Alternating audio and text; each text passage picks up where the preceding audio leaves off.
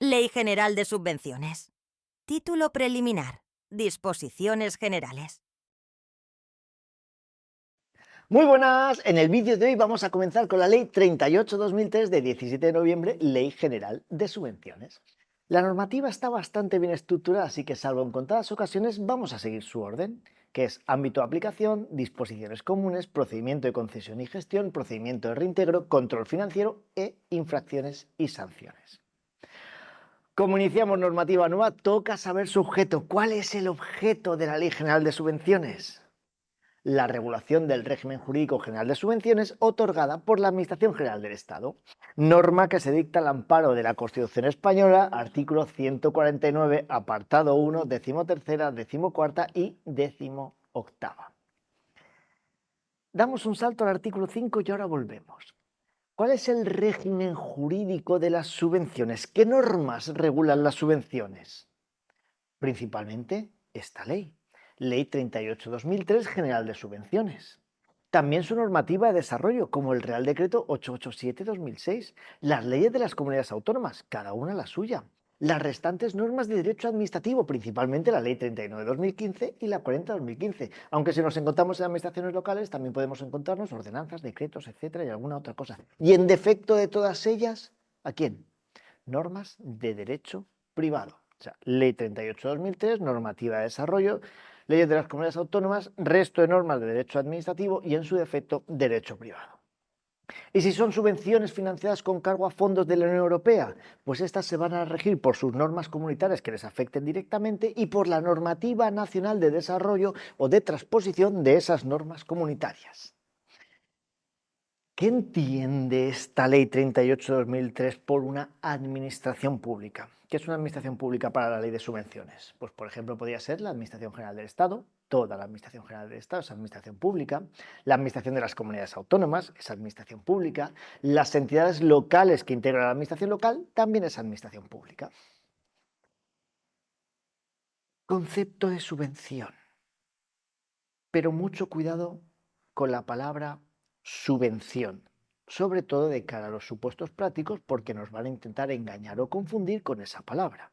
Y podemos encontrarnos como una ayuda, que es una subvención, una beca, que es una subvención, cooperación o asistencia económica u otras.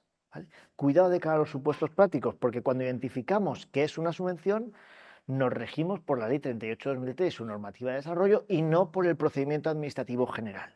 ¿Vale? Ayuda, beca, cualquier otra fórmula que se le ocurra al tribunal o a la comisión permanente, pero eso es una subvención. Por tanto, subvención, concepto de subvención a efectos de esta ley, ¿qué es? Toda disposición dineraria realizada por una administración pública a favor de personas físicas o jurídicas, públicas o privadas, pero cumpliendo una serie de requisitos. El primero de los requisitos es que la entrega se realice sin contraprestación directa de los beneficiarios. Esto es, que no hay que dar nada a cambio directamente, no al principio. No es un tú me das dinero, yo te doy un gallifante. No, no al principio directamente. La entrega se realiza sin contraprestación directa de los beneficiarios. Pero eso sí, la entrega, apartado 2, está sujeta a un cumplimiento de un determinado objetivo, una ejecución de proyecto, la realización de una actividad o la adopción de un comportamiento, y todo ello cumpliendo con las obligaciones formales y materiales establecidas en las bases reguladoras de las subvenciones. Y luego el apartado tercero para una subvención sería que el proyecto, acción, conducta, situación o lo que sea tenga por objeto una utilidad pública, un interés social o una promoción de finalidad pública. Esas son las tres condiciones que deben cumplir las subvenciones: sin contraprestación directa, sujeta a un cumplimiento y que tenga por objeto una utilidad pública, un interés social o una promoción de finalidad pública. Bien, vamos a ver ahora tres apartados, muy de examen, muy de teoría de examen, muy de preguntita tipo test, ¿vale? El primer apartado es lo que no está comprendido dentro del ámbito de aplicación de la ley. El segundo apartado es lo que no tiene carácter de subvención y el tercer apartado serían las exclusiones de la Ley 38/2003. No está comprendido dentro del ámbito de la aplicación 38/2003 general de subvenciones. No significa que no sea una subvención, sino que no está comprendido. que son las aportaciones dinerarias entre diferentes administraciones públicas para financiar globalmente la actividad de la administración de destino. Globalmente, administración de destino. Las que se realicen entre distintos agentes de una administración cuando los presupuestos se integren en la administración a la que pertenecen. Y luego las aportaciones en concepto de cuotas de las entidades locales hacia asociaciones para la promoción de intereses comunes. Entidades locales, concepto de cuotas, asociaciones de intereses comunes, ya sean esas aportaciones ordinarias o extraordinarias. Es el primer apartado. El segundo bloque sería lo que no tiene carácter de subvención. No tiene carácter de subvención las prestaciones contributivas y no contributivas de la Seguridad Social, las pensiones asistenciales de ancianidad a favor de españoles no residentes en España, las prestaciones asistenciales y subsidios económicos de españoles no residentes en España, prestaciones del VIH y minusválidos, síndrome tóxico, personas con hemofilia y otras prestaciones derivadas de las clases pasivas del Estado, pensiones de guerra o terrorismo, prestaciones reconocidas por el FOGASA, beneficios fiscales y beneficios en cotización de la Seguridad Social, crédito oficial, salvo algunas excepciones, y ayudas económicas a víctimas de la violencia de género, víctimas de violencia sexual y ayudas y asistencias a las víctimas de delitos violentos y contra la violencia sexual.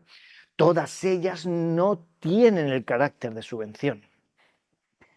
Y ahora nos quedaría lo que viene en el artículo 4, que son las exclusiones de la Ley 38/2003. Y esto es más pregunta de examen. Queda excluido del ámbito de aplicación de esta ley los premios que se otorguen sin previa solicitud del interesado, las subvenciones de la ley orgánica del régimen electoral general, las subvenciones de la ley orgánica de la financiación de partidos políticos y las subvenciones a los grupos parlamentarios del Congreso y del Senado, a los grupos parlamentarios de la Asamblea Legislativa de las comunidades autónomas y a los grupos políticos de las entidades locales. ¿Sí?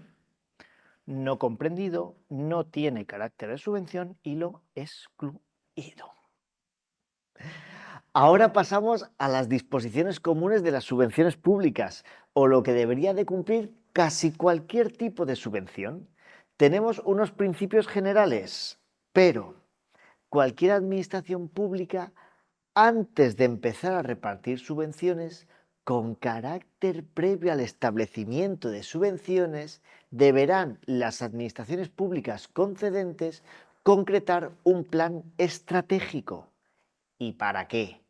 Pues para tener claros los objetivos de las subvenciones, plazos, efectos, costes previsibles y fuentes de financiación. ¿De dónde va a salir el dinero? Se aprobará un plan estratégico para cada ministerio que será aprobado por el ministro o ministros responsables de su ejecución, que será remitido a la Secretaría de Estado de Hacienda y también a las Cortes Generales para su conocimiento, ese plan estratégico. El plan estratégico además contendrá un periodo de vigencia de 3 años, salvo excepciones, y se actualizará anualmente con la información relevante.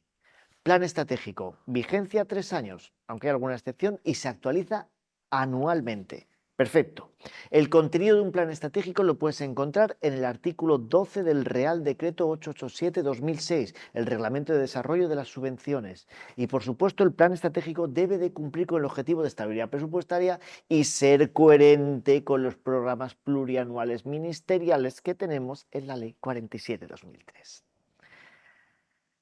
Cada subvención, y esto es importante, cada subvención se rige por una base reguladora. Luego hablaremos de ellas, de las bases reguladoras de las subvenciones.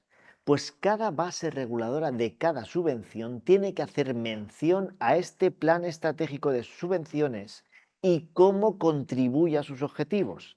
Tenemos un plan estratégico global para todas las subvenciones que se quieren poner en marcha, pero luego cada base reguladora de cada subvención, dentro de ella tiene que hacer mención a este plan estratégico para ver cómo cumple con él. Dicho esto, ¿cuáles son los principios generales para la gestión de subvenciones? Importante y pregunta de examen. Publicidad, transparencia, concurrencia, objetividad, igualdad y no discriminación, eficacia en el cumplimiento de objetivos y eficiencia en la asignación de recursos públicos. ¿Sí? Publicidad, transparencia, concurrencia, objetividad, igualdad, no discriminación, eficacia y eficiencia. Perfecto. ¿Quiénes son los órganos competentes para la concesión de subvenciones? Pregunta de examen. ¿Quiénes son?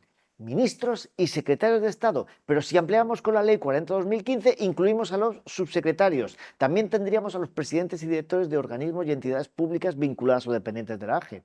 Y si quieres, metiéndome donde no me llaman, pues podríamos tender también al consejero o consejera correspondiente de una comunidad autónoma, al pleno en una diputación provincial o al alcalde de un ayuntamiento conforme al artículo 21.1J de la Ley 785 o al pleno cuando estemos hablando de estos compromisos de carácter plurianual. ¿Sí? Perfecto. Ministros, secretarios de Estado, ampliamos con los subsecretarios y también presidentes y directores de organismos o entidades públicas vinculadas o dependientes de la Administración General del Estado. Todo ello, por supuesto, sin perjuicio de las posibles delegaciones o desconcentraciones que la Administración General del Estado se hará mediante Real Decreto acordado en Consejo de Ministros. Toma. Cuidado. Otra pregunta de examen. Si la cuantía de la subvención es superior, ojito, superior a 12 millones de euros, entonces ¿qué? Superior, que en contratos teníamos igual o superior, pero en subvenciones solo nos habla de superior. Entonces, ¿qué? Se debe requerir autorización previa del Consejo de Ministros. Perfecto, si es superior a 12 millones de euros, autorización previa del Consejo de Ministros. Y además, si estamos en un procedimiento de subvenciones en concurrencia competitiva, es antes de la aprobación de la subvención. Y si el Consejo de Ministros nos da el visto bueno, entonces continuamos. Pero la autorización como tal que nos da el Consejo de Ministros no implica la aprobación del gasto. El Consejo de Ministros solo nos dice, Ale, ya tienes permiso para jugar con estas subvenciones, pero la aprobación del gasto la haces tú. El documento contable y el documento en papel lo haces tú. La aprobación corresponderá al órgano competente. Vale. Bases reguladoras de las subvenciones, bases reguladoras de la concesión de subvenciones. Para que nos entendamos, las bases reguladoras de la concesión de subvenciones son como los pliegos de un contrato administrativo. Es donde se concreta todo sobre la subvención y cómo se va a conceder. En la Administración General del Estado, ¿quién establece las bases reguladoras de la concesión de una subvención? Los ministros. Los ministros correspondientes establecerán las bases reguladoras de la concesión de subvenciones y se aprobarán por orden ministerial. Bases reguladoras ministros y se aprueban por orden ministerial, que es un reglamento de nivel inferior, o también puede ser por una ordenanza si estamos en una corporación local. Eso sí, lo va a aprobar el ministro, va a ser por una orden ministerial, pero hay un previo informe del servicio jurídico y de la intervención delegada. ¿Qué vamos a hacer con estas bases reguladoras? ¿Las publicamos? Digo yo que sí. ¿Dónde? En el Boletín Oficial del Estado, que estamos en la Administración General del Estado. ¿Qué concreta una base reguladora de una concesión de subvención? Pues todo lo relacionado con la subvención. Definición de su objeto, requisitos que deben reunir los beneficiarios, procedimiento de concesión, criterios de otorgamiento, órganos competentes y el plazo para la resolución de la misma, plazo y forma de justificación, régimen de garantías, incumplimientos y otras cosas. Pues así ya cumplimos con los requisitos para el otorgamiento de subvenciones. Con carácter previo al otorgamiento deben aprobarse las bases reguladoras que se van a publicar en el Diario Oficial de la Unión Europea o en el Diario Oficial correspondiente y conocemos todos sus extremos, quién es el órgano administrativo concedente, esa asistencia de crédito, ese procedimiento de concesión, que los veremos más adelante, sí que habrá una fiscalización de los actos de contenido económico y ya la aprobación del gasto. Y si teníamos más de 12 millones de euros, primero teníamos que consultar al Consejo de Ministros y luego ya, si nos daba el ok, hacíamos nosotros la aprobación del gasto. Ahora que ya tenemos la subvención en el horno, ¿qué hacemos con ella? Pues darle publicidad. Mezclamos los artículos 18 y 20. Ingrediente principal para este paso: la base de datos nacional de subvenciones, o la EBDNS para los amigos, Base de Datos Nacional de Subvenciones, que tiene por finalidad promover la transparencia, servir como un instrumento para la planificación de políticas públicas, mejorar la gestión de subvenciones y colaborar en la lucha contra el fraude en las subvenciones y en las ayudas públicas. La base de datos nacional de subvenciones operará como un sistema nacional de publicidad de subvenciones, y esto lo apuntas, como un sistema nacional de publicidad de subvenciones. Por eso, las administraciones públicas concedentes deberán remitir a la base de datos nacional de subvenciones información sobre las convocatorias y las resoluciones de las mismas. ¿Qué entidades serán las responsables de suministrar información exacta, completa y dentro del plazo a la base de datos nacional de subvenciones? ¿Qué administraciones? ¿Qué entidades? Todas. La Administración General del Estado, la de las comunidades autónomas, las entidades locales, todo va a la base de datos nacional de subvenciones, porque va a recoger la información de cada subvención de la forma que reglamentariamente se determine. Y ahí nos podemos ir al reglamento. Y dentro de esta información también se encuentra la de los beneficiarios y las entidades colaboradoras. Como dato curioso, si un beneficiario o una entidad colaboradora ha sido condenado por resolución firme a la pérdida de subvenciones, se mantendrá la inscripción de esa pérdida de subvención hasta que transcurran 10 años desde la fecha de finalización del plazo de prohibición. O sea, si ha sido condenado por una sentencia firme para no recibir subvenciones, aunque se acabe el plazo, eso se mantiene en la base de datos nacional de subvenciones hasta 10 años después. Fecha inicio y fecha fin, que va a ser comunicada a la base de datos nacional de subvenciones por el tribunal que haya dictado la sentencia o por la autoridad administrativa que haya puesto sanción. Sentencia o sanción, tribunal o autoridad administrativa, hasta 10 años después. ¿Cómo será la información incluida en la base de datos nacional de subvenciones? Otra pregunta de examen. ¿Cómo es la información que hay ahí? Reservada. La información de la base de datos nacional de subvenciones tiene carácter de reservado y no puede ser cedida ni comunicada a tercero, salvo múltiples excepciones. ¿Vale? Aquí te las dejo por si quieres echarle un vistazo. La cesión de esta información, en caso de que ocurra, se realizará preferentemente por medios electrónicos. Y cuidado, porque las autoridades y el personal que tengan acceso al conocimiento del contenido de la base de datos nacional de subvenciones, ¿qué? Tú tienes acceso a eso, pero sabes que no puedes ceder ni pasar nada de información. Entonces, ¿qué? ¿Estás obligado a qué? Al más estricto secreto profesional. No puedes comunicar nada. ¿Y qué pasa si incumples este deber? ¿Que no guardas ese estricto y secreto profesional? Pues que la infracción del deber de secreto se considera siempre, que lo matiza así, siempre falta disciplinaria muy grave. Y ya sabes las sanciones que pueden venir después. Otra pregunta de examen, por supuesto. ¿Quién es el órgano responsable de la administración y custodia de la base de datos nacional de subvenciones? Órgano responsable de administración y custodia. Cuidado, que antes teníamos a los ministros, secretarios de Estado, subsecretarios, etcétera, pero aquí estamos el órgano responsable de la administración y custodia de esa base de datos. ¿Quién se encarga? La IGAE.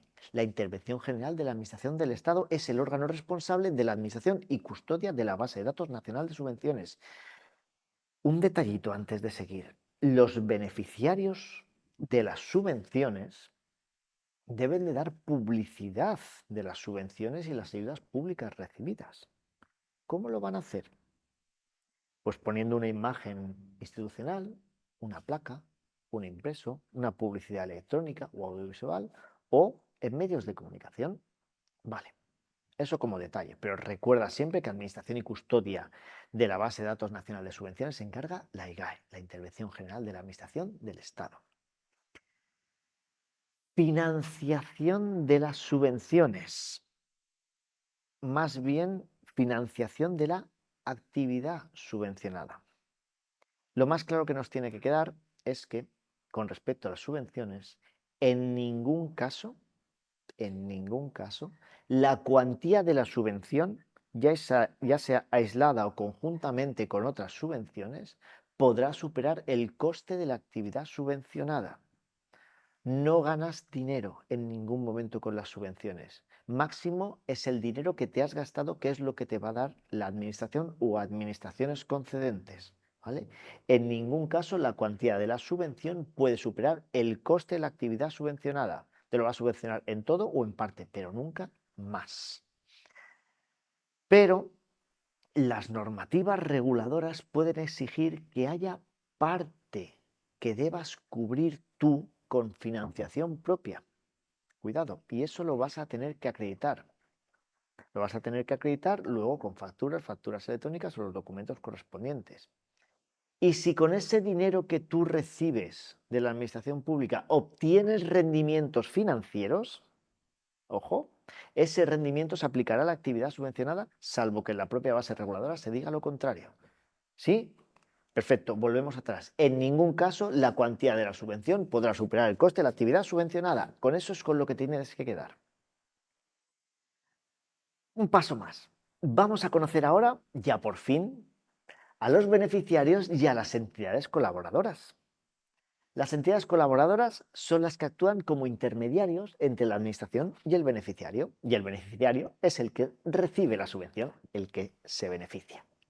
Perfecto. Beneficiarios. Artículo 11. Tendrá la condición de beneficiario la persona, ya sea física o jurídica, que haya de realizar la actividad o se encuentre en situación legítima de la concesión de la subvención para lo que sea necesario. Eso es el beneficiario. Condición de persona que haya de realizar la actividad.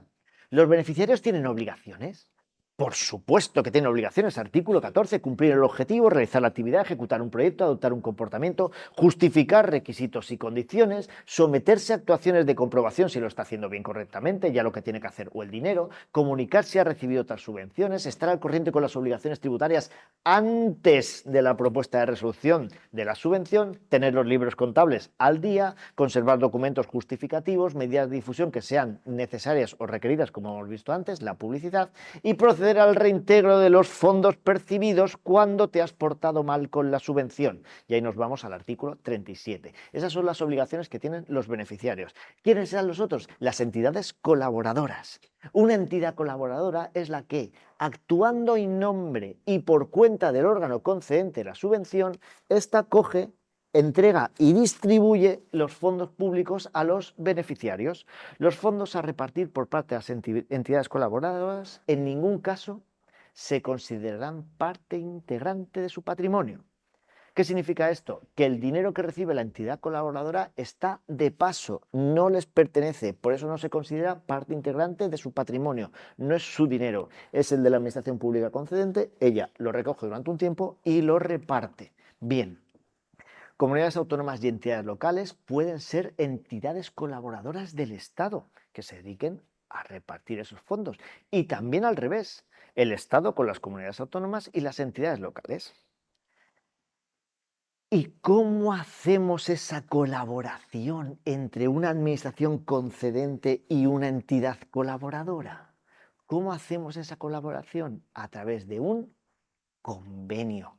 Apunta. Convenio de colaboración entre el órgano que otorga la subvención y la entidad colaboradora, especificando en ese convenio todas las condiciones y obligaciones que tenemos estipuladas en este artículo 16. ¿Qué es lo más importante de ese convenio? ¿Y qué te pueden preguntar? La duración. ¿Qué duración puede tener un convenio de colaboración? 4 años, prorrogable a 6. No podrá tener un plazo de vigencia superior a 4 años, pero podrá prorrogarse antes de su finalización por mutuo acuerdo sin que su duración pueda exceder de 6 años. 4 años prorrogable a 6 siempre antes de su finalización. Obligaciones que tienen las entidades colaboradoras, lo mismo que los beneficiarios. También tienen obligaciones: entregar a los beneficiarios los fondos recibidos, comprobar cumplimiento, condiciones, realización de la actividad y la finalidad de esos fondos, justificar la entrega de fondos percibidos ante el órgano concedente, que lo ha dado el dinero, someterse a actuaciones también de comprobación y gestión de esos fondos. Esas son sus obligaciones como entidad colaboradora. Perfecto. Pero, por supuesto, hay unos requisitos que se deben cumplir para ser beneficiario o entidad colaboradora. Son unos requisitos muy básicos y muy lógicos. El primero, cumplir con las circunstancias previstas que vienen en la base reguladora y en la convocatoria para ser beneficiario o entidad colaboradora. Luego, y esto es lo lógico, Para poder ser beneficiario de entidad colaboradora, no tienes que haber sido condenado o sancionado mediante sentencia firme a la pérdida de obtener subvenciones, o haber solicitado la declaración de concurso voluntario o insolvente en cualquier procedimiento, no hallarse al corriente con las obligaciones tributarias o de seguridad social, mal, tener la residencia fiscal en un paraíso fiscal, mal. ¿Qué me queda? No estar al corriente con otra obligación de reintegro de una administración pública, tampoco bien. Tener una prohibición de contratar también debe pronunciarse esa prohibición de contratar de la ley de contratos sobre la prohibición de obtener subvenciones. Todo eso regulinchi, entre otras que tenemos reguladas en este artículo. Como ves, todo bastante coherente, estas condiciones para no poder ser beneficiario o entidad colaboradora. Ya solo nos queda un artículo, el artículo 21, que es el régimen de garantías. Y con esto te dejo tranquilo hasta el siguiente vídeo. ¿Qué nos dice el artículo 21 sobre el régimen de garantías? Que todo el régimen de garantías, ya sea la constitución, depósito, cancelación, etcétera, se establecerá reglamentariamente. Perfecto, reglamentariamente teníamos un reglamento. ¿Cuál era? 887-2006. ¿A qué artículos nos vamos? Artículos 42 a 54. Y ahí es donde se establece el régimen de las garantías. ¿Para qué se usa una garantía en materia de subvenciones? Pues igual que las garantías en contratos. Igual, para asegurar el compromiso asumido por los beneficiarios o la entidad colaboradora. Si no asumen su compromiso, ¿qué vamos a hacer? Reintegro y cogerle de la garantía si no han reintegrado correctamente. No nos vamos a adentrar mucho en esos artículos. Si tú quieres, dale una leidita, artículo 42 a 54. Yo te comento dos cosas. Se puede exigir garantía en subvenciones cuando el procedimiento así lo establezca en sus bases reguladoras. Para las entidades colaboradoras, ahí podemos exigir garantía. La posibilidad de realizar pagos o anticipos, pagos a cuenta o anticipos, también puede haber garantía, o cuando se considere necesario para el cumplimiento de ciertos compromisos asumidos por los beneficiarios o las entidades colaboradoras. Ahí es cuando podemos exigir garantías. Aún así, tenemos otra cosa que nos pueden preguntar. ¿Quién está exento de la constitución de garantías? Imagínatelo. ¿Quién puede estar exento de constituir garantías? Tú y yo no, está claro. ¿Quién más? Las administraciones públicas, por ejemplo, pueden estar exentas de constituir garantías. La AGE, las comunidades autónomas o las entidades locales exentas.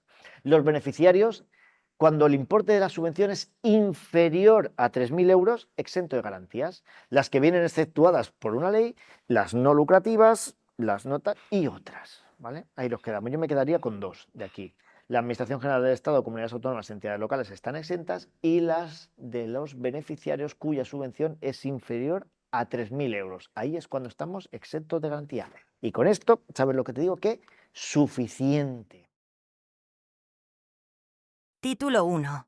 Procedimientos de concesión y gestión de las subvenciones. Primero, las concesiones. Existen dos tipos de procedimientos de concesión, el de concurrencia competitiva y el de concesión directa. Pero antes de empezar, un detalle y pregunta de examen. Artículo 22.3. No podrán otorgarse subvenciones por cuantía superior a la que se determine en la convocatoria. En el vídeo anterior hemos visto que el importe de las subvenciones en ningún caso podrá ser de tal cuantía que, aislado conjuntamente o en concurrencia con otras subvenciones, supere el coste de la actividad subvencionada. No podías ganar dinero con las subvenciones. Teníamos ese tope máximo de lo que a ti te cuesta la subvención, es lo que te pueden subvencionar. Pero lo que nos encontramos ahora en el 22.3 es que no puede otorgarse subvenciones por una cuantía superior a la que se determine en la convocatoria. Esto es a nivel global de todo el procedimiento. No puede el órgano concedente otorgar más dinero, cuantía superior, de la que se determine en la convocatoria, de lo que está reservado y aprobado.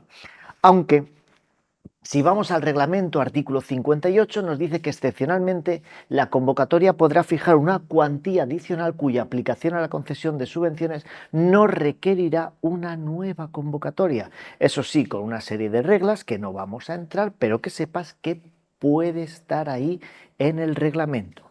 Pero lo que nos dice inicialmente el artículo 22.3 de la Ley General de Subvenciones es que no puede otorgarse subvenciones por una cuantía superior a la que se determine en la convocatoria.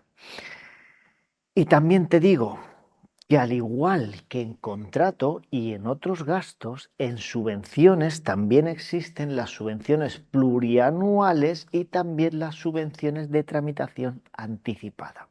Que lo sepas. Vamos a la concurrencia competitiva. ¿Qué es la concurrencia competitiva en subvenciones? Es el procedimiento ordinario para la concesión de subvenciones. Cuidado, procedimiento ordinario. Se realiza mediante la comparación de solicitudes presentadas para establecer una prelación, un orden, de acuerdo con los criterios fijados en las bases reguladoras y en la convocatoria, y se adjudican dentro del crédito disponible a las solicitudes que hayan obtenido mayor valor, mayor puntuación. Dos detalles. Cuidado, se podrá exceptuar el requisito de fijar ese orden de prelación cuando, una vez finalizado la presentación de solicitudes, finalizado el plazo de presentación de solicitudes, el crédito asignado total sea suficiente o fuera suficiente para el número de solicitudes presentadas. O sea, que se han presentado todas las solicitudes correspondientes, ha pasado el plazo y aún así la convocatoria, las bases reguladoras han establecido igual o más dinero del que se va a dar en todas las subvenciones. Por eso se podrá exceptuar el requisito de fijar un orden de prelación. Y también otro, excepcionalmente y siempre que así se prevean las bases reguladoras, el órgano concedente podrá proceder al prorrateo del importe máximo entre todos los beneficiarios que tengan derecho a la subvención.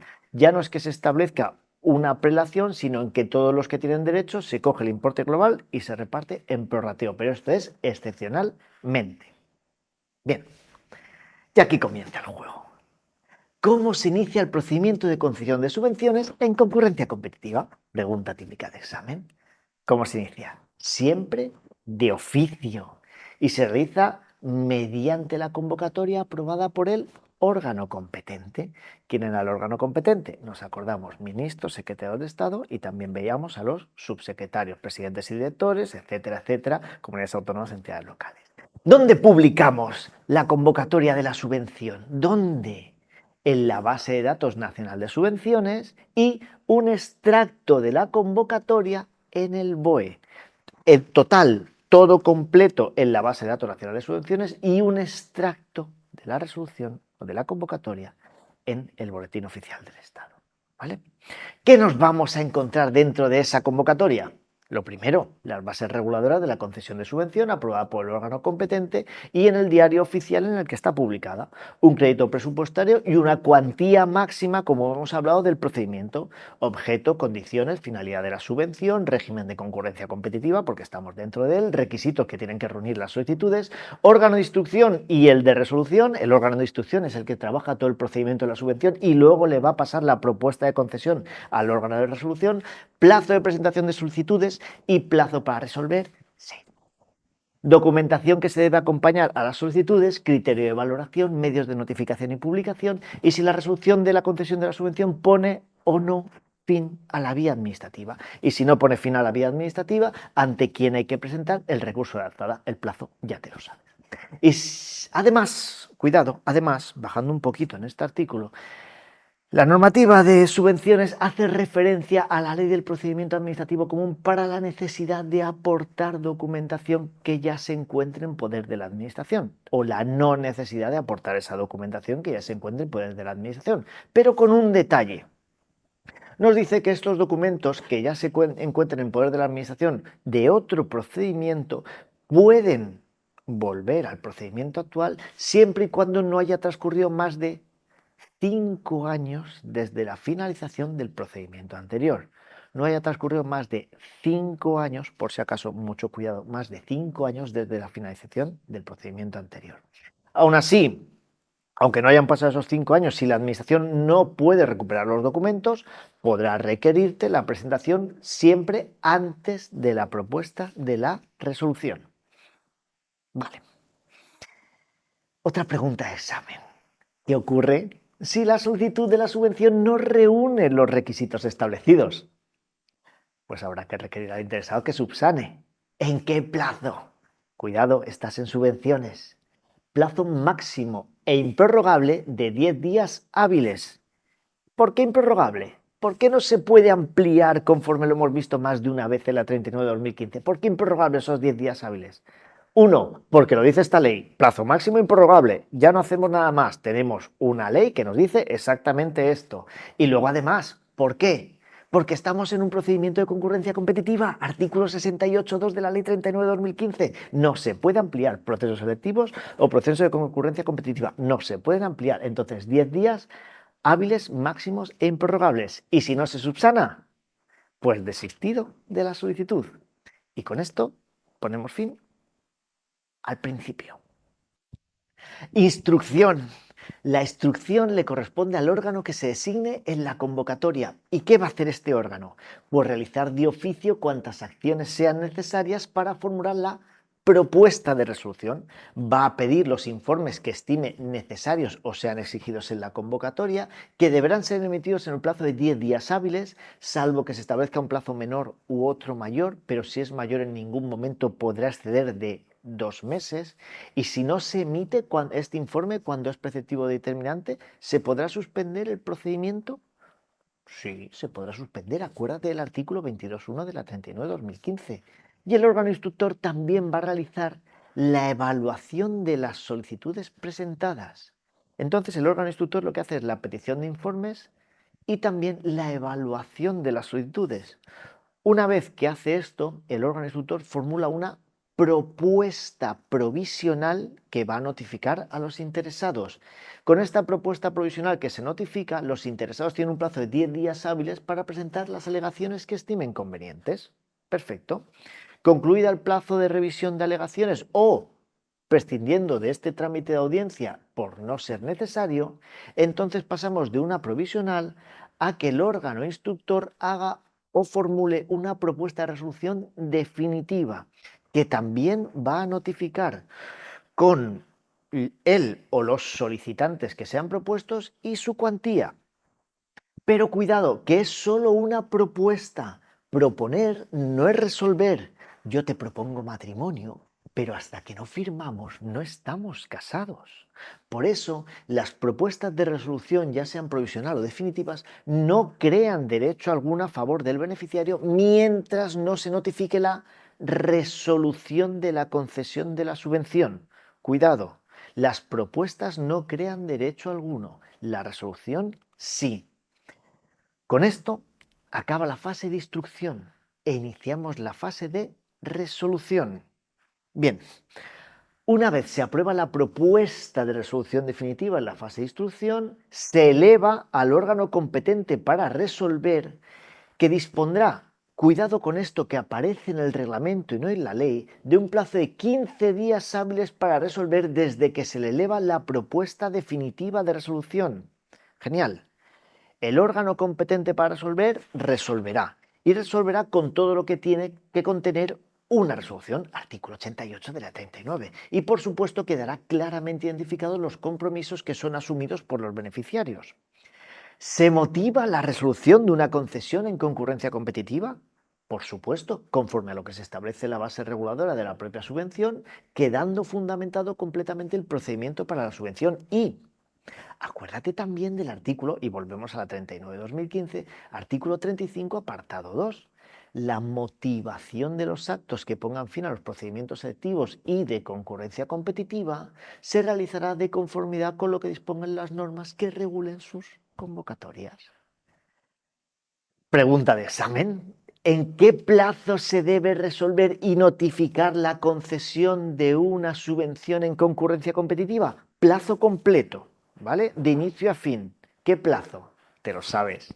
6 meses. 6 meses. No podrá exceder de 6 meses salvo que una norma con rango de ley establezca uno mayor o así venga previsto en una normativa de la Unión Europea. Plazo para resolver y notificar una subvención en concurrencia competitiva, 6 meses. ¿Y desde cuándo contaríamos el plazo? Muy de 39. El plazo comenzará desde el día siguiente a la publicación de la correspondiente convocatoria, lo que viene a ser desde el día siguiente a la publicación del extracto de la misma en el Boletín Oficial del Estado, salvo que se disponga otra fecha posterior. Pero, ¿qué ocurre si pasan los 6 meses y la Administración no ha resuelto? Pues nos vamos al magnífico artículo 25, apartado 5. El vencimiento del plazo máximo sin haberse notificado la resolución legitima a los interesados para entenderla desestimada por silencio administrativo. Te da una caricia y luego te arroja al pozo sin fondo de los hermanos. Pero bueno, si por el contrario la administración resuelve en tiempo y forma y tenemos una resolución expresa, la resolución será notificada o publicada conforme a lo que tenemos estipulado en los artículos para las notificaciones, artículos 40-46, y contendrá esa resolución al solicitante o solicitantes a los que se le concede la subvención, la cuantía, los compromisos y cualquier otra cosa. Y también de manera expresa e importante, la desestimación del resto de solicitudes. La resolución, como norma general, va a poner fin a la vía administrativa. Ya conocemos también a los órganos concedentes, salvo que en la propia resolución se diga otra cosa. Y si no pone fin a la vía administrativa, lo pondrá la resolución, entonces también nos indicará el recurso de alzada y a quién corresponde. Pues ya está, tendríamos la concurrencia competitiva. Genial, ¿qué nos toca? Ir a la concesión directa. Recordamos que habían tres formas de concesión directa. La primera de ellas era la prevista nominativamente en los presupuestos generales, ya sea del Estado, de las comunidades autónomas o de las entidades locales, donde objeto, dotación presupuestaria y beneficiario aparecen expresamente determinados en el estado de gastos del presupuesto. Vale, es prevista en los presupuestos, aparece todo, objeto, dotación presupuestaria y beneficiario. El procedimiento de esta concesión directa se inicia por oficio o de oficio por el centro gestor o a instancia del interesado y terminará con una resolución de la concesión o por un convenio. ¿Vale? El convenio va a ser el instrumento habitual para canalizar este tipo de subvenciones que aparecen en los presupuestos generales. ¿Y la resolución o el convenio qué va a contener? Pues objeto y beneficiario, crédito presupuestario y su cuantía, compatibilidad o incompatibilidad con otras subvenciones o ayudas, plazos y modos de pago y también el plazo y forma de justificación de los beneficiarios. Ya está, la primera. También teníamos de forma directa la imposición por rango legal o imposición de rango legal. Cuando mamá te decía que apagases la tele, pues lo mismo, imposición de rango legal. Como es por ley, se seguirá el procedimiento establecido en esa norma y de forma supletoria lo que tenemos en las leyes de subvenciones. Y será necesario, por supuesto, aunque sea por norma de rango legal, que haya crédito adecuado y suficiente. Y por último, de las de concesión directa, teníamos las que se acrediten por razones de interés público, social, económico, humanitarios u otras que dificulten su convocatoria pública. Estas tendrán carácter excepcional. Y como tienen carácter excepcional, el Consejo de Ministros, por Real Decreto, apuntamos, aprobará las normas especiales reguladoras de este tipo de subvenciones, con unas memorias, un informe y lo que se pida. Vale, pues hemos avanzado un pasito más.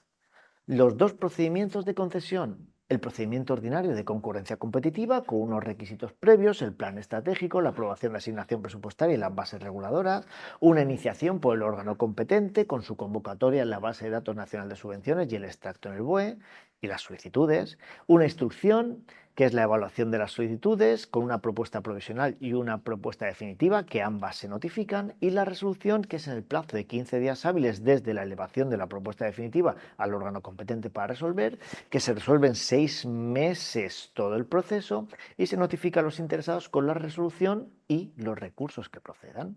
Eso en concurrencia competitiva, pero también hemos visto las de concesión directa, que se divide en tres tipos: las previstas nominativamente en los presupuestos generales, ya sea del Estado, de las comunidades autónomas o las entidades locales, las que vengan impuestas por una norma de rango legal y las de carácter excepcional por razones de interés público, social, económico, humanitario u otras que dificulten su convocatoria pública.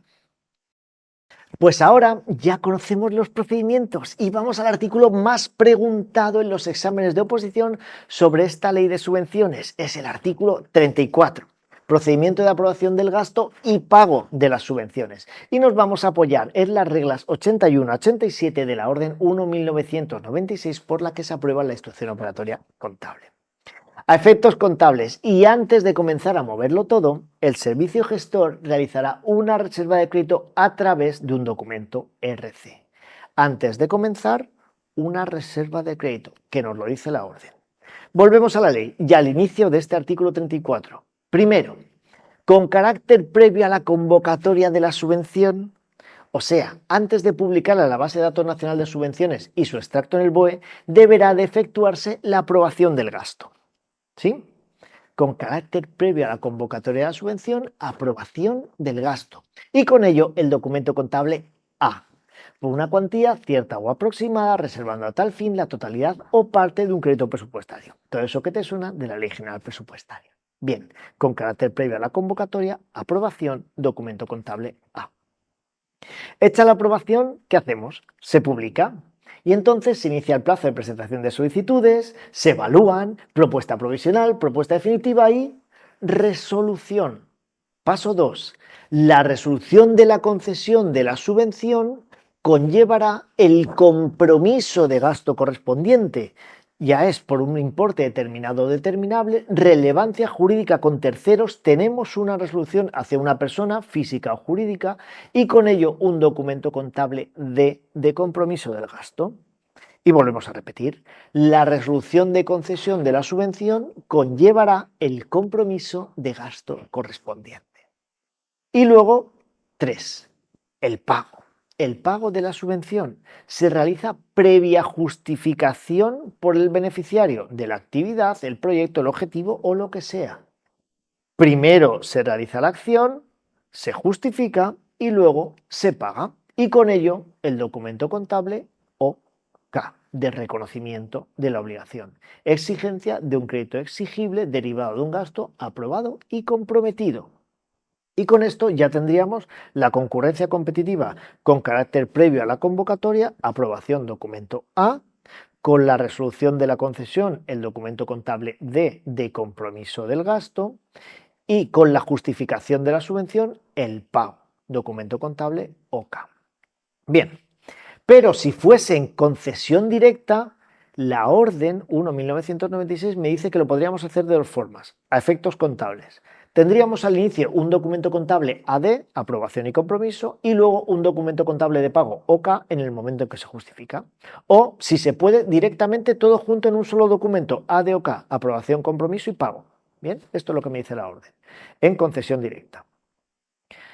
Dejando la parte contable atrás, continuamos con este artículo 34, que me dice que no podrá realizarse el pago de una subvención en tanto el beneficiario, lógicamente, no se halla al corriente en el cumplimiento de sus obligaciones tributarias y frente a la seguridad social, o sea deudor por resolución, que ya haya resolución, de una procedencia de reintegro. O sea, no puede realizarse pagos si no está al corriente de obligaciones tributarias, seguridad social, o ya es deudor por resolución. Ahí ya no podemos realizar pagos. Bueno. Pero si todo estuviese bien, podríamos hacer, aparte de los pagos normales, otros dos tipos de pago, que es un pago a cuenta, ¿vale? Si así está previsto en las bases reguladoras, o un pago anticipado a la espera de justificación. Vale, bien, eso sí, no podemos hacer pagos anticipados a beneficiarios que hayan solicitado una declaración de concurso voluntario, se consideren insolventes, etc. Ahí lo tenemos. Perfecto. Y por supuesto, continuando, nos dice que se perderá el derecho al cobro total o parcial de la subvención si no justificamos correctamente la subvención, entonces perderemos el derecho al cobro total o parcial si ya no nos ha hecho un pago, o se dan alguna de las causas previstas en el artículo 37 sobre el reintegro, que veremos más adelante, ¿vale? Ahí podemos perder el derecho al cobro total o parcial. Haciendo una vuelta atrás sobre este artículo 34, resumiendo mucho. Con carácter previo a la convocatoria de la subvención deberá efectuarse la aprobación del gasto. A. La resolución de la concesión de la subvención conllevará el compromiso de gasto correspondiente. D. El pago de la subvención se realizará previa justificación por el beneficiario de la realización de la actividad, el proyecto, el objetivo o la adopción de un comportamiento. OK. ¿Vale? Y con esto el artículo 34 lo dejamos visto. Vamos hacia atrás y nos movemos al artículo 29 y yo creo que aquí podemos empezar a ver el último bloque de este vídeo. Pregunta, ¿se puede subcontratar? ¿Y entendemos por subcontratación cuando el beneficiario concierta con terceros la ejecución total o parcial de la actividad que constituye un objeto de la subvención, total o parcial? ¿Se puede? Sí, sin problema, se puede. Eso sí, el beneficiario únicamente podrá subcontratar, ya sea total o parcialmente, la actividad cuando la norma reguladora sí lo prevea. O sea, que lo tiene que prever la norma reguladora, si no, no. Si me lo prevé, se puede. Y lo que me diga la norma, total o parcial. ¿En qué porcentaje? Muy relacionado. ¿En qué porcentaje se puede subcontratar? El que me establezca la norma reguladora. Pero, ¿y si la norma reguladora no me establece un porcentaje, pero sí me deja subcontratar? Entonces, la subcontratación no podrá exceder del 50% de la actividad subvencionada. ¿Vale?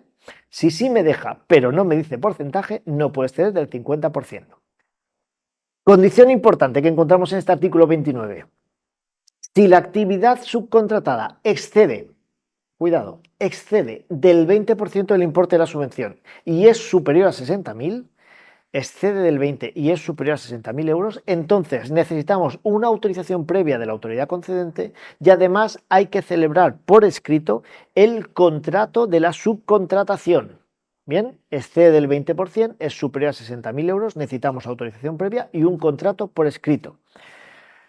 Si se subcontrata, los contratistas van a quedar obligados solo ante el beneficiario, que es el que asume la responsabilidad total de la ejecución frente a la administración. ¿Queda claro? Tenemos la administración concedente, el beneficiario y luego los subcontratados.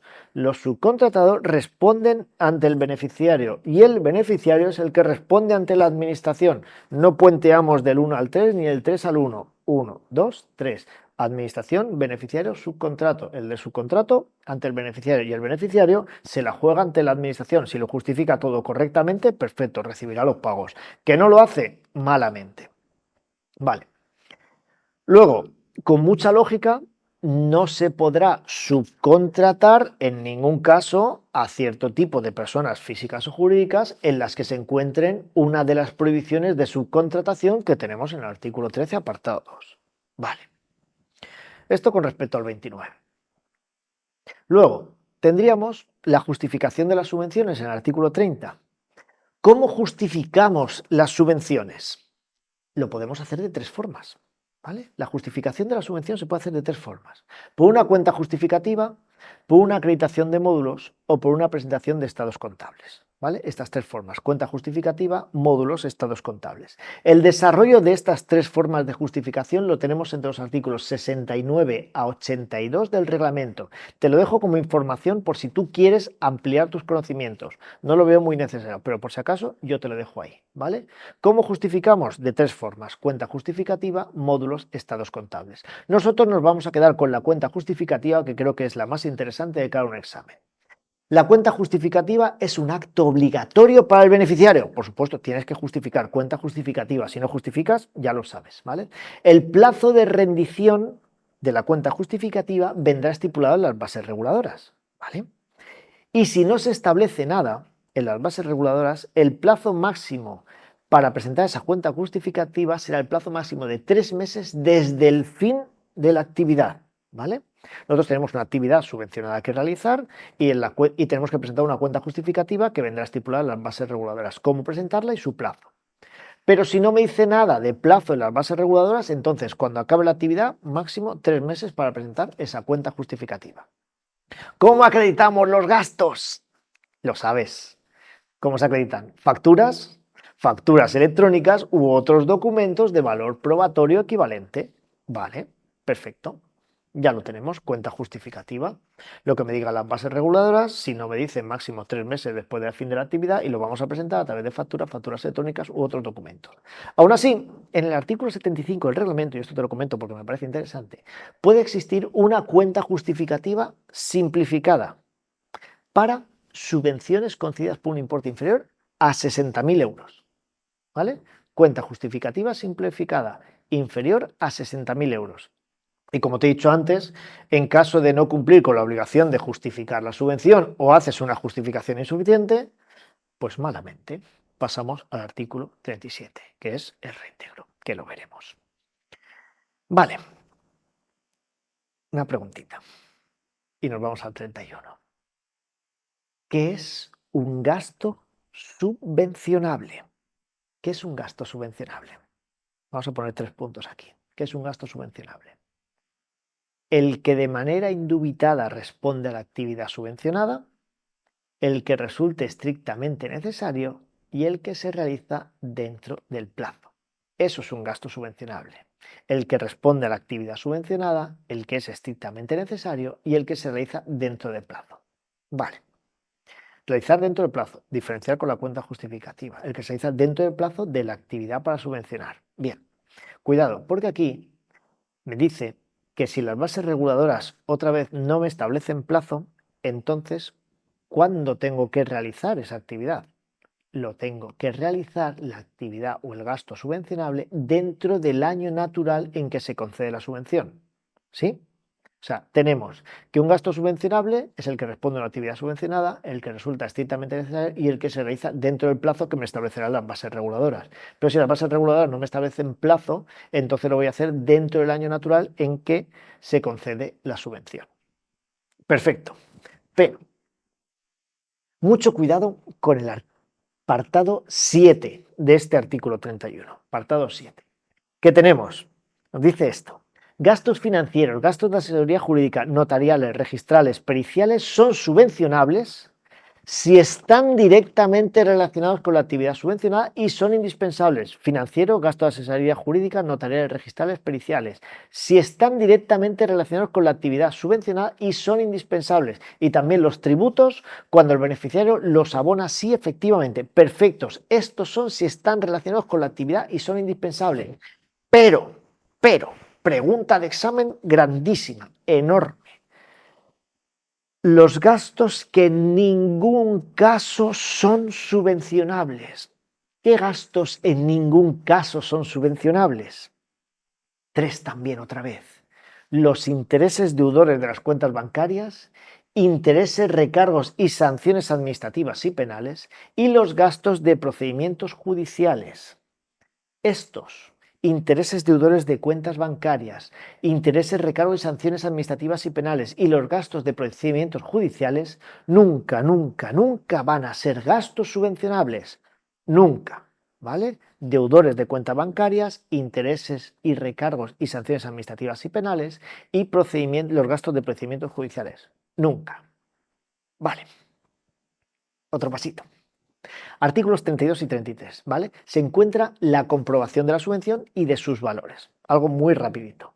El órgano concedente va a comprobar la adecuada justificación de la subvención, la realización de la actividad y el cumplimiento de la finalidad. Esos 3 apartados. Justificación, justificación, realización de la actividad y cumplimiento de la finalidad. Esos 3, ¿vale? Y comprobará si los gastos empleados en la subvención corresponden con el valor de mercado, y yo creo que esto es lo más importante, va a comprobar el órgano concedente si los gastos empleados en esa subvención por el beneficiario corresponden con el valor de mercado. Básicamente le va a decir la administración concedente al beneficiario que es: no me hagas la página web de Homer Simpson y me digas que su coste es de 1,6 millones de euros, ¿vale? Porque no te voy a creer. Bien. De forma global, el órgano concedente va a tener la obligación de elaborar anualmente un plan de actuación para comprobar las actividades subvencionables. Esto es una cosa que tiene que hacer el órgano concedente. Anualmente elaborar un plan de actuación para ir comprobando, ¿vale? Y esto es lo que vamos a tener entre los artículos 32 y 33. Adecuada justificación de la subvención, realización de la actividad y cumplimiento de la finalidad. Perfecto. Nos queda nada. Yo creo que ya podemos ir cerrando el vídeo. El artículo 35, retención de pagos, ¿vale? Retener, cuidado.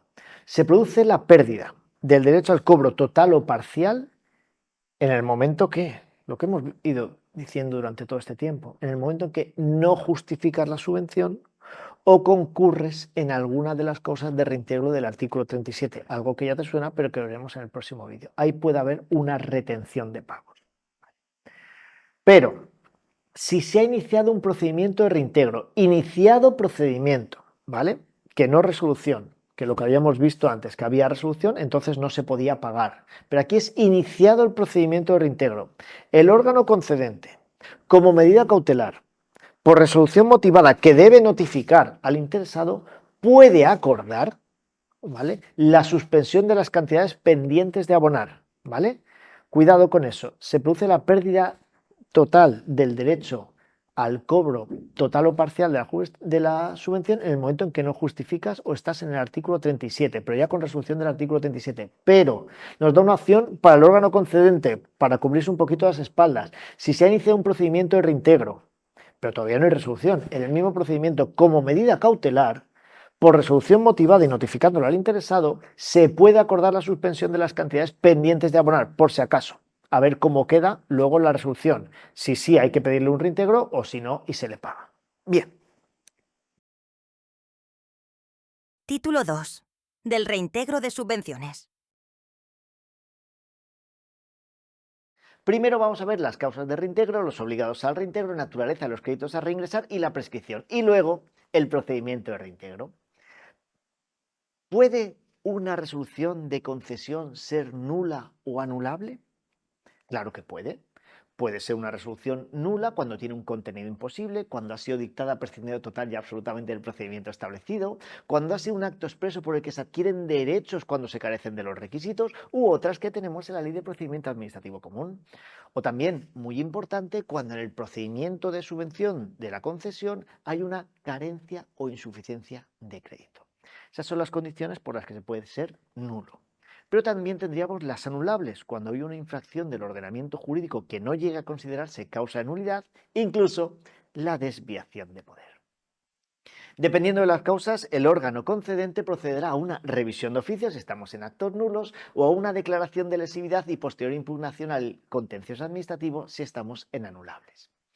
Si se da la causa de nulidad o anulabilidad, ya sea por declaración judicial o administrativa, con ello llevará o conllevará la obligación de devolver las cantidades percibidas de la subvención.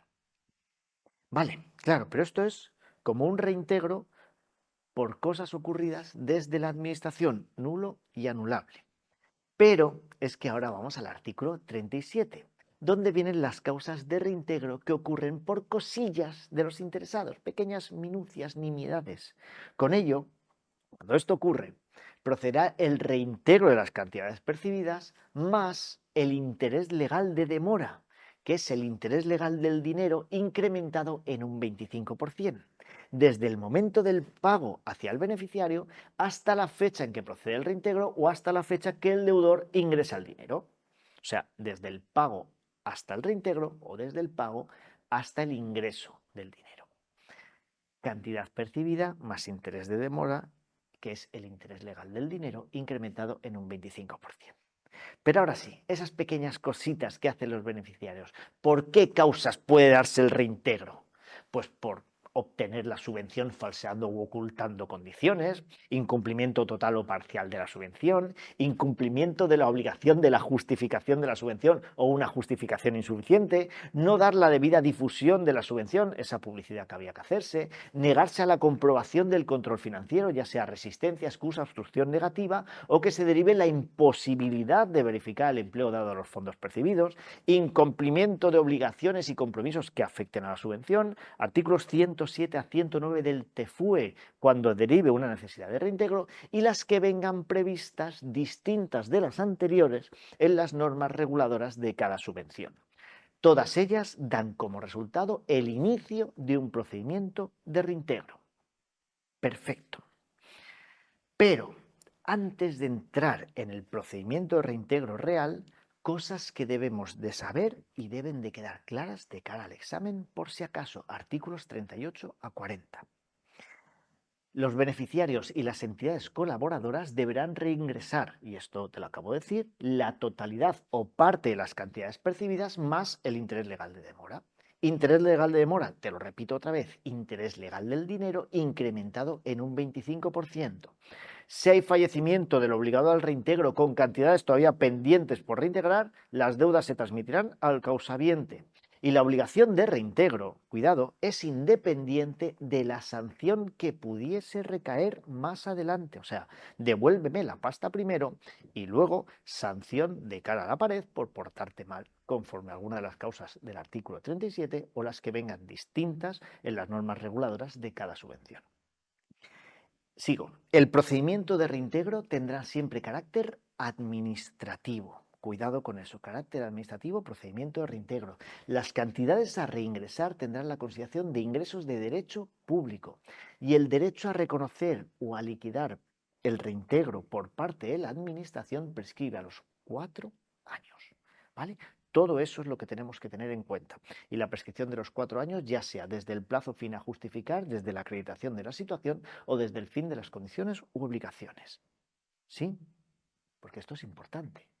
Tenemos reintegro más interés de demora, causa habiente, reintegro distinto de la sanción posterior, procedimiento siempre administrativo, ingreso de derecho público y la prescripción a los 4 años. ¿Vale? Esto sería como la primera parte. Y ahora pasaríamos al procedimiento de reintegro, procedimiento administrativo del reintegro, el entorno real donde te van a pedir el dinero. Y nos movemos entre los artículos 41 a 43 y 94 a 101 del reglamento por si quieres ampliar un poquito más de información. Es muy sencillo y te va a resultar hasta casi conocido en más de una parte. Competencia para el reintegro. ¿Quién la tendrá? El órgano concedente, ministro y secretarios de Estado de la AGE y también los subsecretarios, porque nos decía así la ley del régimen jurídico de las administraciones públicas. ¿Cuándo? Cuando se aprecie la existencia de alguno de los supuestos contemplados en el artículo 37.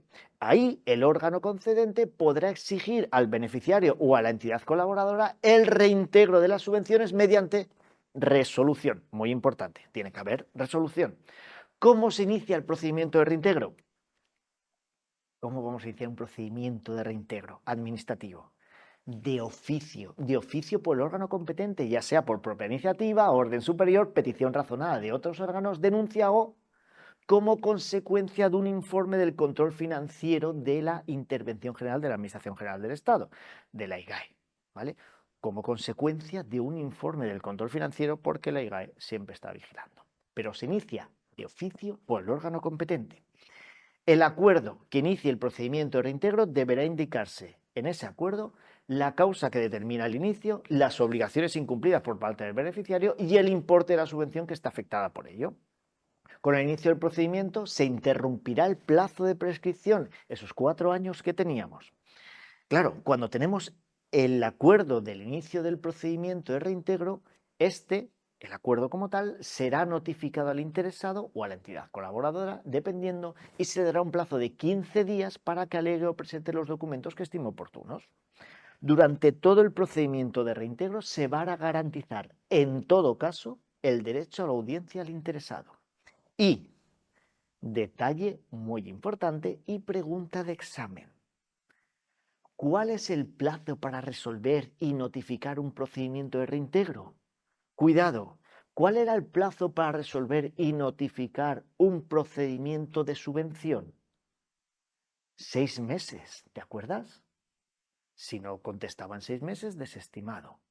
Bien, esa es la subvención, pero ahora estamos en el de reintegro. ¿Cuál es el plazo para resolver y notificar un procedimiento de reintegro? Fíjate, aumenta.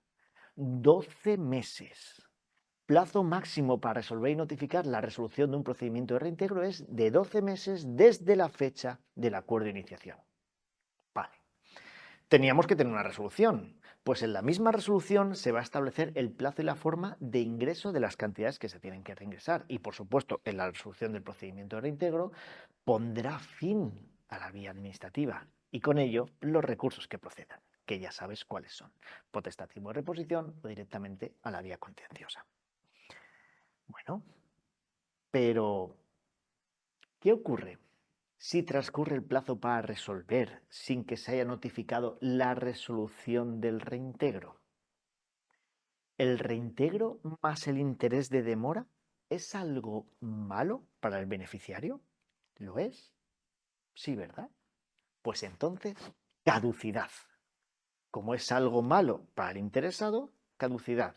Si hubiese sido algo de petición o algo bueno, desestimación. Pero como es un reintegro más una posible sanción más el interés de demora, malo, caducidad.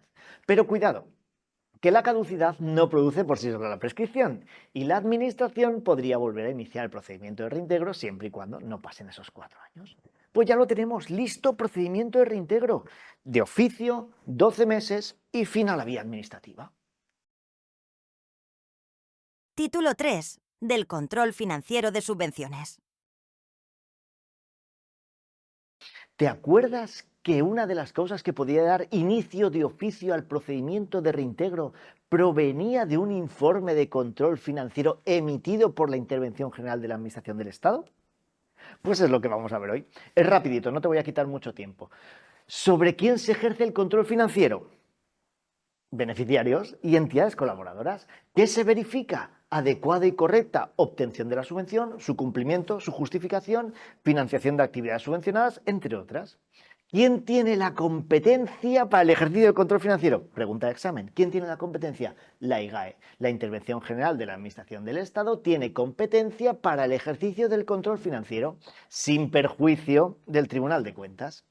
¿En qué puede consistir el control financiero? Pues en un examen de comprobación de registros contables, cuentas, estados financieros y la documentación de soporte, examen de operaciones individualizadas y concretas, comprobación de actos, comprobación de material, actuaciones concretas de la subvención y otras. Este control además puede extenderse a personas físicas o jurídicas que se encuentren asociadas a los beneficiarios.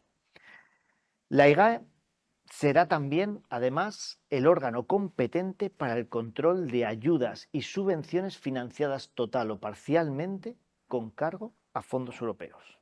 Todo esto, la intervención general.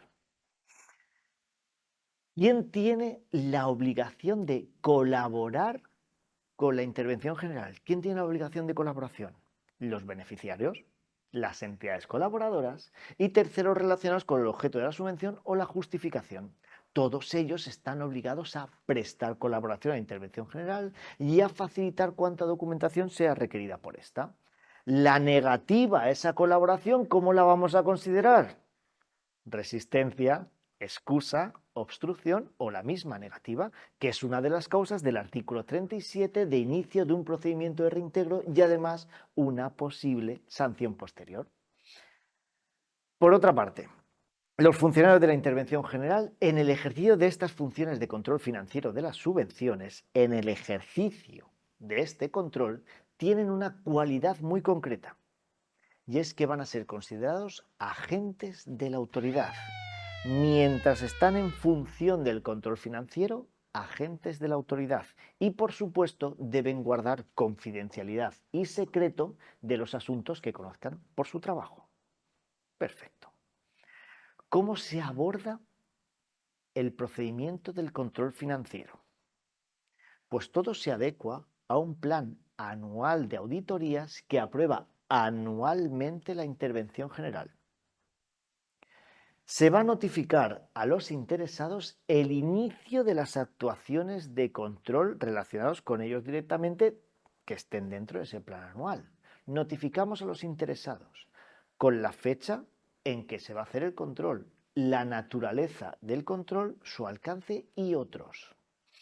Las actuaciones del control financiero de la Intervención General deben concluir en el plazo máximo de 12 meses. Control financiero, plazo máximo 12 meses. Tenemos otra fecha de conclusión aquí, aunque puede ampliarse hasta 12 meses más en caso de especial complejidad o que haya habido ocultación de información o sea necesario una documentación esencial.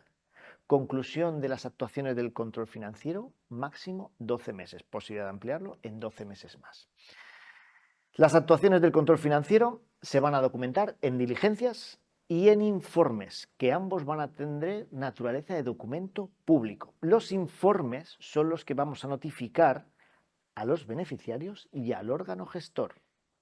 Si el informe emitido por la Intervención General sobre este control financiero, sobre esa entidad que está controlando, no es bueno, entonces, en ese informe se va a proponer un procedimiento de reintegro de todo o parte de la subvención que el órgano concedente, recibido ese informe, deberá iniciar el expediente de reintegro en un plazo de 2 meses. Pues ya está. Título 4. Infracciones y sanciones administrativas en materia de subvenciones. Para empezar, tenemos un concepto de infracción, que son las acciones y omisiones tipificadas en esta ley y que serán sancionables incluso a título de simple negligencia. Ya tenemos el concepto acciones u omisiones y nos pueden sancionar incluso por negligencia. Genial. ¿Quiénes pueden ser los responsables para que los podamos sancionar? Pues cualquier persona física o jurídica, pública o privada. Así como, por ejemplo, podrían ser los beneficiarios, las entidades colaboradoras, un representante legal de un beneficiario que no tenga capacidad de obrar y otros terceros relacionados. ¿Sí? Beneficiarios, entidades, representante de un beneficiario que no tenga capacidad de obrar y otros. ¿Hay algún supuesto de excepción de responsabilidad que me pueda marcar la ley para no ser sancionado? Sí que los hay. Hay 3 supuestos de excepción en que no va a dar lugar a responsabilidad. El primero de ellos es que recaiga en personas que no tienen capacidad de obrar. Si no tienen capacidad de obrar, ¿quién se va a encargar? Su representante legal, que es el que va a asumir las consecuencias. Ese es el primer supuesto. El segundo, que haya ocurrido causas de fuerza mayor. Y ahí tenemos una excepción de responsabilidad por algo que no podemos controlar. Y el tercero es que en una decisión colectiva sobre algo de la subvención, tú te hubieses abstenido o no asistido a la reunión. Y aquí tenemos las 3 causas. Quienes que carezcan de capacidad de obrar, por fuerza mayor, y en una decisión colectiva que tú te hubieses abstenido o no asistido. Bien, ahí tenemos esas excepciones. Pero cuidado, si la infracción o la conducta podría ser constitutiva de delito, entonces paralizamos el procedimiento y lo ponemos en manos de la autoridad judicial que corresponda y esperamos a que se resuelva. ¿Sí? Concepto de infracción, responsables y unos supuestos de excepción de responsabilidad. Ahora entramos ya en infracciones y sanciones. ¿Cómo pueden calificarse las infracciones y las sanciones? Fácil. Leves, graves, muy graves. Genial. Pero antes de unir infracciones y sanciones, vamos a ver unos pequeños detalles, pequeños, no tan pequeños, que debes de tener en cuenta por si acaso nos lo preguntan en el examen. Primero, y con mucha lógica, no podemos imponer una sanción a una posible infracción sin el oportuno expediente administrativo. Tenemos que hacer un expediente con una resolución para poder sancionar. ¿Cómo iniciamos el procedimiento sancionador en materia de subvenciones? De oficio, siempre de oficio por el órgano competente. Vamos a dar audiencia al interesado y se va a tramitar todo conforme a lo que tenemos estipulado en la normativa general de procedimiento administrativo. ¿En qué plazo se debe resolver y notificar el procedimiento sancionador en materia de subvenciones? Cuidado, ¿en qué plazo resolvemos un sancionador en subvenciones? 6 meses. Y esta información no la tenemos en la ley, la encontramos en el reglamento, artículo 102. Vale. La resolución, si dentro de tiempo y forma, ¿qué va a hacer? Poner fin a la vía administrativa y con ello los recursos que procedan, que ya te los imaginas. Pero, ¿y si no hay resolución? ¿Es algo malo para el interesado? ¿Es un sancionador? ¿No me resuelven en esos 6 meses? Si acudimos a la normativa general del procedimiento administrativo, ¿qué ocurrirá después? Si no me resuelven. Caducidad. ¿Vale? Tenemos 6 meses en un sancionador, la resolución va a poner fin a la vía administrativa, pero si no me resuelven, caducidad. Claro, pero cuidado con no confundir plazos. Vamos a echar un vistazo atrás. Primer plazo. Plazo para resolver el procedimiento general de una subvención. 6 meses. Plazo para resolver el procedimiento de reintegro. 12 meses. Plazo para resolver el control financiero que hacía la IGAE. 12 meses. Plazo para resolver el procedimiento sancionador de subvenciones. 6 meses. 6, 12, 12, 6. ¿Vale? Los 4 bloques, cada uno con su plazo. 6, 12, 12, 6. Bien. Avanzamos. Las sanciones pueden ser pecuniarias, de dinerete, o no pecuniarias. Dentro de las pecuniarias podemos encontrar que sean fijas o proporcionales. Si es fija, a términos generales, puede ser una multa entre 75 y 6.000 euros. Y si es pecuniaria pero proporcional, va a oscilar entre la cantidad indebidamente obtenida, aplicada o no justificada al triple de la misma, desde la cantidad al triple, lo que me marca la ley como del tanto al triple. O sea, en las pecuniarias tenemos fija y proporcional. Si es fija, de 75 a 6.000, si es proporcional, del tanto al triple de la cantidad indebidamente obtenida, aplicada o no justificada. Pero cuidado, que la multa pecuniaria es una sanción, pero es una sanción que es independiente de la obligación de reintegro que teníamos. Por un lado, reintegramos todo o parte, lo que aparezca en el expediente de reintegro, y por otro, la sanción que me pueda tocar pagar. ¿Vale? Ahora sí, avanzamos un poquito más. Hemos visto que podían ser pecuniarias o no pecuniarias. Pues si la infracción es grave o muy grave, se puede imponer, aparte de esa sanción pecuniaria, una sanción no pecuniaria, solo en graves y muy graves, que puede consistir en hasta 5 años, cuidado, 5 años a términos generales, luego lo desarrollamos, 5 años de pérdida de la posibilidad de obtener subvenciones y ayudas públicas, una prohibición de contratar de hasta 5 años y la posibilidad de actuar como entidad colaboradora hasta 5 años. ¿Vale? Esas son las no pecuniarias, pero solo se da en graves y muy graves, hasta 5, de posibilidad de pérdida de obtener subvenciones, ayudas, prohibición de contratar o actuar como entidad colaboradora. Bien, como te he dicho, vamos a deshacerlo un poco. Y volvemos. ¿Cómo teníamos las infracciones? ¿Cómo podían ser? Leves, graves, muy graves. Bien, infracción leve, como por ejemplo, incumplimiento de obligaciones cuando no constituyan infracciones graves o muy graves, o la presentación fuera de plazo de la cuenta justificativa, o que esté inexacta o incompleta, o que tengas una falta de conservación de justificantes o estén incompletos, la resistencia, obstrucción, excusa o negativa a ese control financiero que hacía la IGAE en algunas causas y siempre que no sea considerada como muy grave.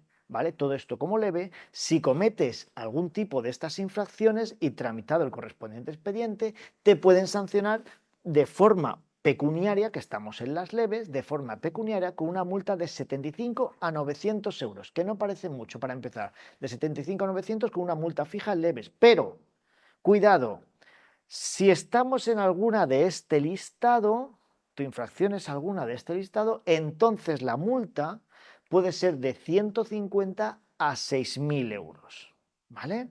Entonces esa cantidad de multa fija de 75 a 900, pero si es este listado, que ya son cositas un poquito mayores dentro de las leves, de 150 a 6.000.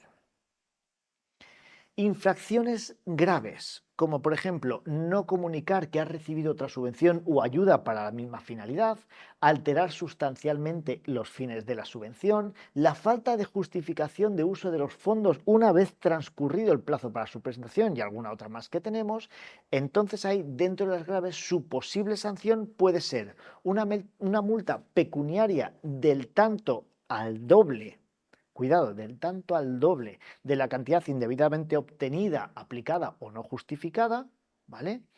Y, cuidado, pregunta de examen, si la cantidad indebidamente afectada representa más del 50% de tu subvención y además excede de 30.000 euros, entonces, aparte de la multa económica del tanto al doble, puedes ser sancionado con la pérdida de posibilidad de obtener subvenciones y ayudas públicas hasta 3 años, que estamos en graves, hasta 3 años, una prohibición de contratar con la administración pública hasta 3 años y la pérdida de posibilidad de actuar como una entidad colaboradora hasta 3 años. ¿Sí? ¿Vale? Infracción grave, sanción pecuniaria del tanto al doble y si la cantidad supera el 50% de la subvención y excede de 30.000 euros, sanción no pecuniaria de hasta 3 años de pérdida de posibilidad de obtener subvenciones, ayudas, prohibición de contratar o actuar como entidad colaboradora. Vale, claro, una más. Infracciones muy graves. Obtener subvención falseando las condiciones para su concesión, no aplicación en todo o en parte de las cantidades recibidas para la que fue concebida la subvención, la resistencia, excusa, obstrucción o negativa a las actuaciones del control que se derive con ello de la imposibilidad de verificar el empleo dado a los fondos, su cumplimiento, etcétera, y lo que nos diga la IGAE, ¿vale? Pero esta es la parte de muy grave.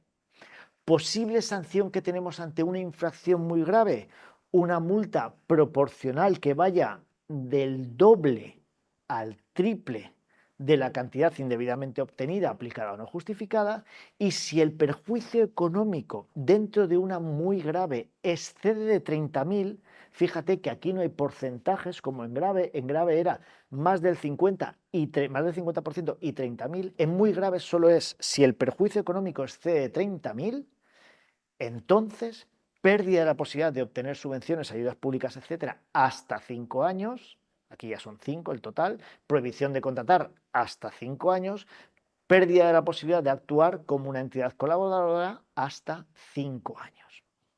¿Sí? Repetimos. En muy graves, multa pecuniaria del doble al triple de la cantidad, y si excede de 30.000 euros, entonces hasta 5 años de posible pérdida de subvenciones, ayuda, prohibición de contratar y actuar como entidad colaboradora. Bien, bien. Últimos trucos que tenemos ahora, que son prescripción, competencia y extinción de la responsabilidad. Vale, prescripción, fácil. Las infracciones prescribirán a los 4 años, cuidado, infracción, a los 4 años desde el día en que se hubiesen cometido. Infracción. Sanción prescribirá a los 4 años desde el día siguiente al que hubiese adquirido firmeza la resolución. ¿Sí? Es un pequeño detalle, pero muy importante en un examen. Infracción desde el día, sanción desde el día siguiente a la firmeza de la resolución. Pregunta muy de examen. En sanción de subvenciones, ¿quién tiene la competencia para la imposición de sanciones en subvenciones? Pues para la imposición de sanciones serán los competentes los órganos convocantes, que van a ser los ministros y los secretarios de Estado de la Administración General del Estado. Pero, ¿vale? Cuidado, ministro y secretario de Estado. Pero, si la sanción consiste en lo que hemos visto para graves y muy graves, consiste en la pérdida de obtener subvenciones, ayudas públicas, prohibición de contratar o actuar como una entidad colaboradora, entonces el competente para este tipo de sanciones no pecuniarias será el ministro de Hacienda. ¿Vale? Pecuniarias, ministro, secretario de Estado respectivo. Las pecuniarias, no pecuniarias, ministro de Hacienda. Bien, genial. Y ya solo nos queda una cosita, que es, ¿cómo se extingue la responsabilidad de una comisión de una infracción? Por pago o cumplimiento de la deuda, prescripción desde el mismo día o desde el día siguiente, dependiendo de lo que sea, o fallecimiento del presunto responsable. ¿Vale? Bien, ya lo tienes. Infracciones y sanciones en materia de subvenciones. Completo. Y ya. Es el momento de volver al escritorio, trabajar en el material de estudio y repaso, prepararte el podcast y darle calor a Testea para que nunca nos sancionen en una pregunta fallada en materia de subvenciones. Beso enorme. Te veo en el próximo vídeo.